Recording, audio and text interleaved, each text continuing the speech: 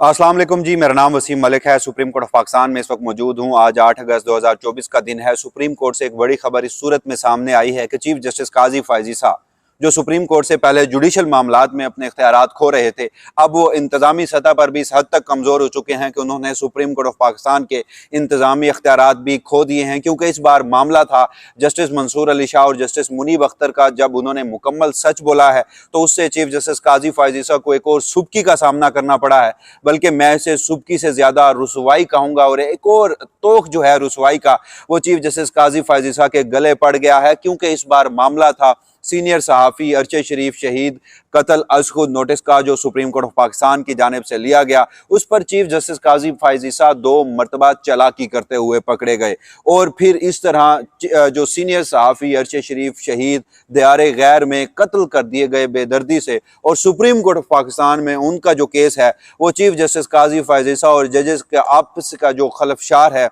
जजेस के आपस की जो सियासत है वो उसकी नज़र हो चुका है। क्योंकि जैसे मैंने आपको बताया कि चीफ जस्टिस काजी फायजीसा 2 मरतबा इस केस में चालाकी करते हुए पकड़े गए हैं। और गुज़श्ता रोज़ जो उन्हें इस मामले में सुबकी का सामना करना पड़ा है कि जब सबसे पहले उन्होंने एक चालाकी ये की कि इस मामले को 3 रुकनी जजेस कमेटी के सामने रखने की बजाय बराह रास्त जस्टिस मंसूर अली शाह की अदालत में लगा दिया था, 3 रुकनी बेंच के सामने। जिसके बाद कमरा अदालत में जस्टिस मंसूर अली शाह ने ये इंकशाफ किया था कि यह मामला कमेटी में रखा ही नहीं गया, लिहाजा वो ये मामला कमेटी को वापस भिजवा रहे हैं। तो फिर 3 रोज कबल एक कमेटी के मिनट्स ऑफ मीटिंग्स जारी होते हैं। उसमें चीफ जस्टिस काजी फायजीसा की जानिब से जो हकाइक हैं वो उस प्रेस रिलीज के जरिए कमेटी के मिनट्स ऑफ मीटिंग के जरिए अवाम में रखे जाते हैं। मगर गुज़श्ता रोज जस्टिस मंसूर अली शाह और जस्टिस मुनीब अख्तर की ख्वाहिश पर उस 18वीं कमेटी के मिनट्स ऑफ मीटिंग में तरमीम की जाती है। अब जो 2 मिनट्स ऑफ मीटिंग्स हैं, एक तरफ चीफ जस्टिस काजी फायजीसा का जारी करदा, दूसरी तरफ जो जस्टिस मंसूर अली शाह और जस्टिस मुनीब अख्तर का जारी करदा, मामला तो एक ही था। तो आखिर जरूरत क्या पड़ी और इन दोनों मिनट्स ऑफ द मीटिंग्स में उनके जो मंदरजात हैं उनमें फर्क क्या है, और उसके बाद फिर मैं आपको बताऊंगा कि किस तरह ये एक मामला तो जजेस की सियासत की नजर हो चुका है, मगर इस सब में चीफ जस्टिस काजी फायजीसा के लिए कैसे मुश्किलात का सामना है कि वो पहले जुडिशल साइड पर अपने इख्तियारात खोते हैं, तो अब सुप्रीम कोर्ट ऑफ पाकिस्तान में इंतजामी साइड पर भी अपने इख्तियारात खो दिए हैं। जो इसकी सबसे बड़ी मिसाल गुज़श्ता रोज जो कमेटी के मिनट्स ऑफ मीटिंग है उसमें तरमीम हुई है। सबसे पहले मैं आपको आज से 3 रोज कबल जो कमेटी के मिनट्स ऑफ मीटिंग्स जारी किए गए थे वो आपके सामने रखता हूँ, और उसके बाद फिर गुज़श्ता रोज़ की कमेटी के मिनट्स ऑफ मीटिंग जो जस्टिस मंसूर अली शाह और जस्टिस मुनीब अख्तर की ख्वाहिश पर जारी किए गए वो आपके सामने रखूंगा।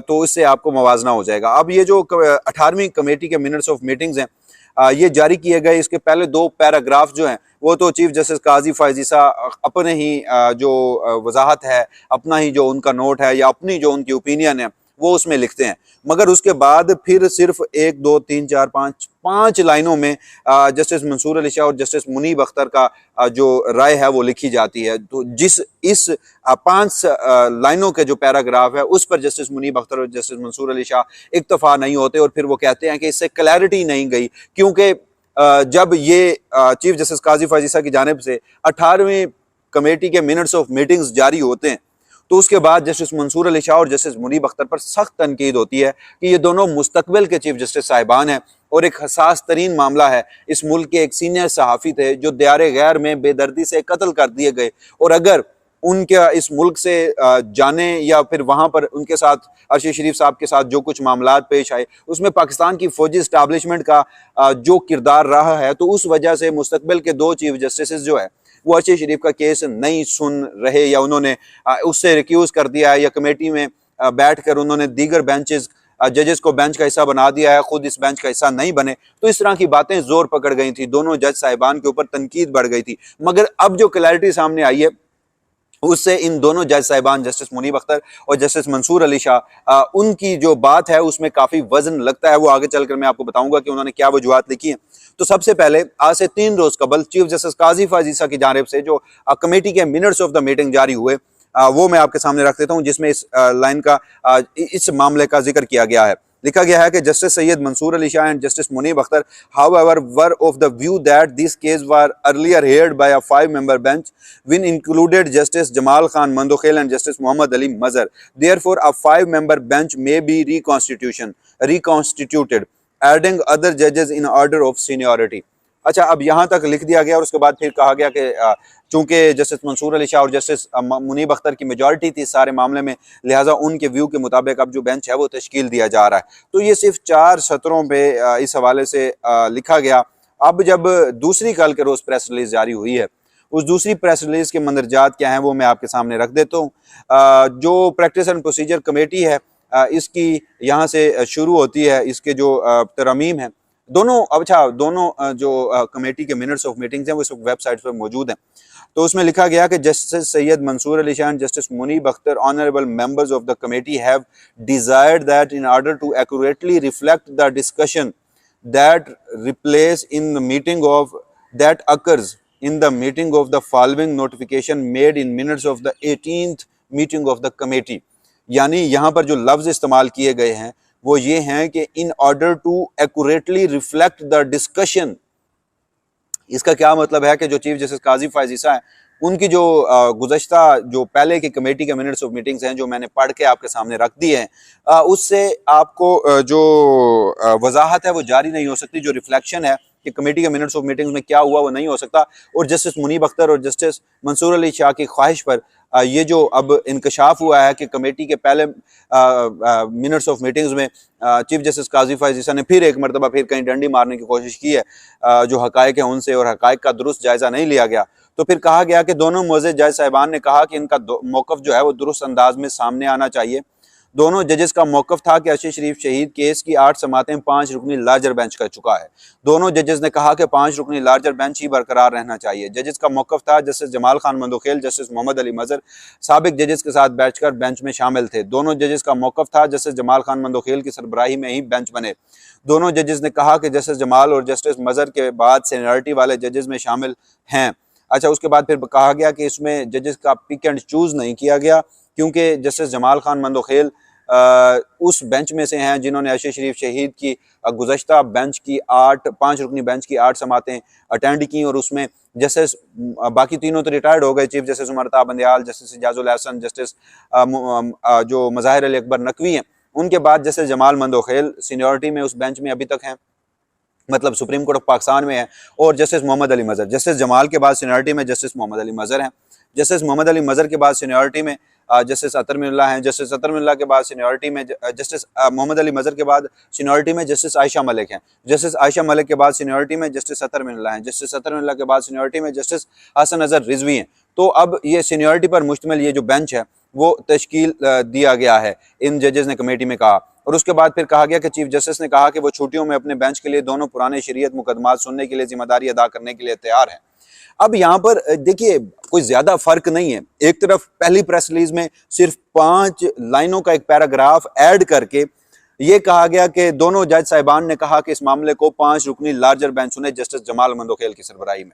अब इन दोनों जज साहिबान का मौकफ क्या था, वो किस बुनियाद पर ये कह रहे थे कि 5 रुकनी लार्जर बेंच सुने, उसको उस तरह क्लैरिटी के साथ मिनट्स ऑफ द मीटिंग में जारी नहीं किया गया। हालांकि chief justice Qazi Faez Isa her minutes of the meeting में अपना एक इजाफी नोट भी शामिल करते हैं, कमेटी के मिनट्स ऑफ द मीटिंग में अपनी बात को बड़ी वजाहत के साथ भी पेश करते हैं, मगर इस बार नहीं रखा गया और ये पहली मर्तबा नहीं हुआ।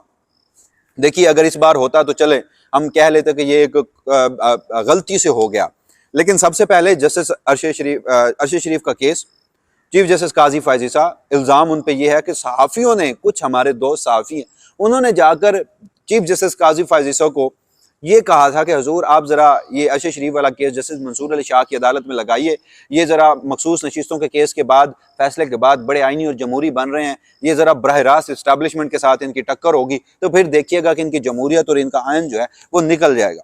ये अलेजिडली इल्ज़ाम है। उसके बाद वैसा ही हुआ, चीफ जस्टिस काजी फैज ईसा ने 184(3) अज़ खुद नोटिस, उसकी बेंच की रिकॉन्स्टिट्यूशन है, तो ये कैसे हो सकता है कि वो 3 रुकनी जजेस कमेटी के सामने मामला ना रखें, मगर उन्होंने नहीं रखा, जस्टिस मंसूर अली शाह के बेंच में लगा दिया। पहले दिन समाअत हुई, हम सब आए, जस्टिस मंसूर अली शाह ने कहा कि यह मामला अब्रप्टली मेरी अदालत में लगा है, मुझे तो इसका इल्म ही नहीं था, मैं ये मामला दोबारा कमेटी को भिजवा रहा हूं।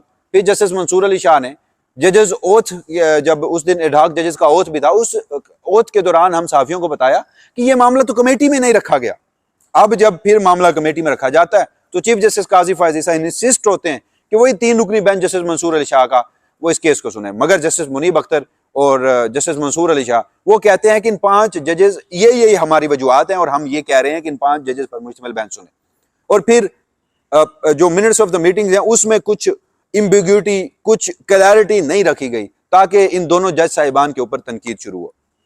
अब जैसे मैंने आपको बताया कि बज़ाहिर मैंने मुतअद्दिद मरतबा कोशिश की कि चीफ जस्टिस काजी फैजी साहब सुप्रीम कोर्ट से अपना अख्तियार खो बैठे हैं।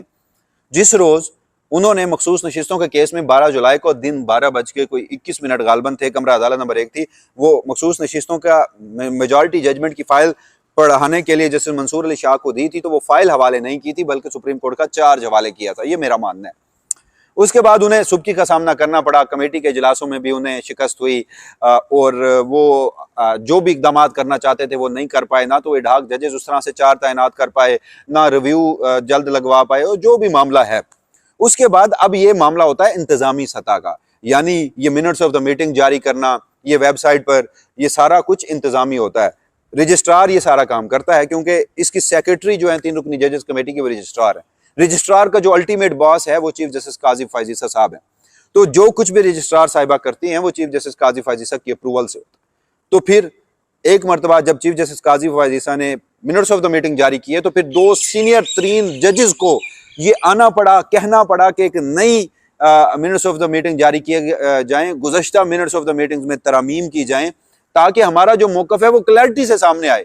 तो एक ही इवेंट के 1 minutes of the meeting chief justice Qazi Faez Isa की जानिब से जारी होना और दूसरे minutes of the meeting justice Mansoor Ali Shah और जस्टिस मुनीब अख्तर की जानिब से जारी होना, तो ये एक इंतहाई खतरनाक सूरत हाल सुप्रीम कोर्ट में है। इससे कबल हम देखते थे कि चीफ जस्टिस उमर अता बंदियाल के दौर में जस्टिस काजी फैजीसा साहब, उनका कोई इख्तिलाफी नोट होता था वो वेबसाइट पर जारी होता था, वो वेबसाइट से फिर हटवा दिया जाता था। फिर चीफ जस्टिस उस वक्त के जस्टिस काजी फैजीसा खत लिखते थे और एहतजाज करते थे और कहते थे उनका नोट जो है वो हटा दिया गया है वेबसाइट से। फिर वो एक मखसूस सियासी जमात मुस्लिम लीग नून के पास जाता था और उस वक्त पीडीएम की हुकूमत थी और मुस्लिम लीग नून की जो एक इंफॉर्मेशन मिनिस्टर साहिबा है वो कुछ सहाफियों को व्हाट्सएप करके कहती थी कि इसे हाईलाइट करो, इस इजाफी नोट को, इस इख्तिलाफी नोट को। तो जो कुछ justice Mansoor Ali Shah, chief justice Qazi Faez Isa ने चीफ जस्टिस उमर अता बंदियाल के साथ किया, अब वो सारा कुछ मुड़कर वापस उनके पास आ रहा है। और इस बार जस्टिस मंसूर अली शाह और जस्टिस मुनीब अख्तर ने आकर कहा कि उनका जो मौक़िफ़ है वो दुरुस्त सिमत में नहीं रखा जा रहा। तो अब आप देखिए कि अगर आपके सिर्फ मसला तो यही था जस्टिस मंसूर अली शाह से, इससे कबल चीफ जस्टिस काजी फैजीसा को मसला ही नहीं था। इवन के जस्टिस मुनीब अख्तर कमेटी के इजलास में चीफ जस्टिस काजी फैजीसा की हिमायत करते रहे हैं अक्सर और बेशतर, लेकिन 12 जुलाई का फैसला आया और उसे जज साहिबान ने, चीफ जस्टिस काजी फैजीसा ने इतना पर्सनल मैटर्स बना लिया और जुडिशल पॉलिटिक्स इस कदर इंतहा को पहुंच गई कि एक सहाफी जो पाकिस्तान का एक सीनियर सहाफी था, आजादी इजहार राय के जुर्म में उसे सबसे पहले मुल्क बदर होना पड़ा और दियारे गैर में बेदर्दी से कत्ल कर दिया गया। और फिर साबिक चीफ जस्टिस उमर अता बंदियाल वो भी बहुत हद तक कंप्रोमाइज थे कि एक खुद नोटिस लिया, 8 समातें हुई, किसी हतमी नतीजे पर हम नहीं पहुंच पाए। फिर चीफ जस्टिस काजी फैजीसा ने 11 महीने के समात के लिए मुकर्रर नहीं किया, फिर मुकर्रर किया तो कमेटी से बाईपास करके बराह रास्त लगा दिया। फिर जब मामला दोबारा कमेटी में आया तो उसके मिनट्स ऑफ द मीटिंग्स में थोड़ा सा हेर फेर कर दी। तो ये तमाम तर मामला इंतहाई खौफनाक हो चुके हैं। इस हवाले से जो भी फर्दर डेवलपमेंट होगी वसीम मलिक अपने इसी प्लेटफॉर्म से आपको आगाह रखेगा। तब तक के लिए मुझे दीजिएगा इजाजत। अल्लाह निगहबान।